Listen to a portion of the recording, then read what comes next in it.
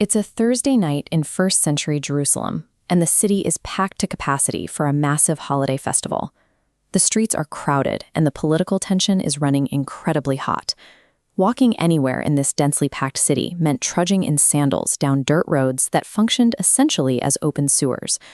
Travelers reach their destination with feet coated in a thick layer of mud and animal waste. Because of this physical reality, society enforced a strict rule. Before anyone sat down to eat, someone had to greet the arriving guests at the door and scrub away the filth. This task served as a highly visible social marker.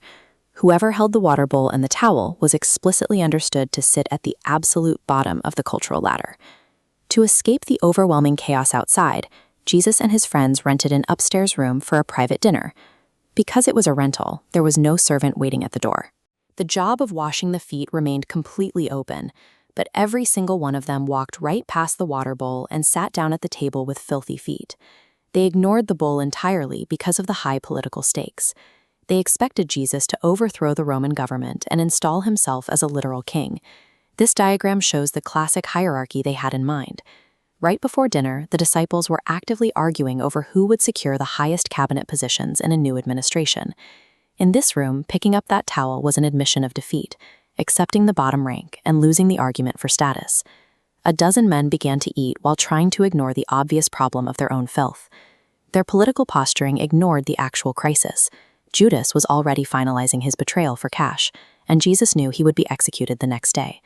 Instead of lecturing his friends for being selfish, Jesus stands up from the table and removes his outer coat. In that era, a person's outer coat was the primary indicator of their public rank and status. By stripping off that garment, Jesus intentionally dropped his social standing to the lowest possible tier, subverting the room's strict rules about social status. He takes a towel, wraps it tightly around his waist, and begins performing the absolute grossest job in the room. He goes down the line, even kneeling in front of Judas to wash the dirt off his feet, without mentioning the impending treason. When he reaches Peter, the silent tension snaps.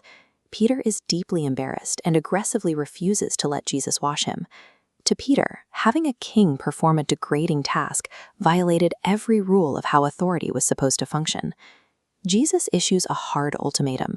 This act of service is a mandatory requirement to remain connected to his movement. Jesus was using a degrading chore to systematically dismantle his friends' corrupted view of leadership. After finishing, Jesus puts his coat back on and returns to his seat.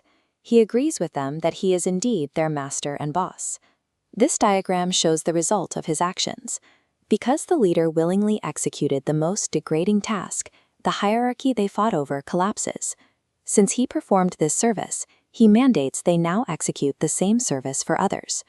This model defines leadership through a willingness to engage in the dirty work rather than avoiding it from the top of a pyramid. Real power is using whatever authority you possess to take care of the people around you, starting with the lowest job.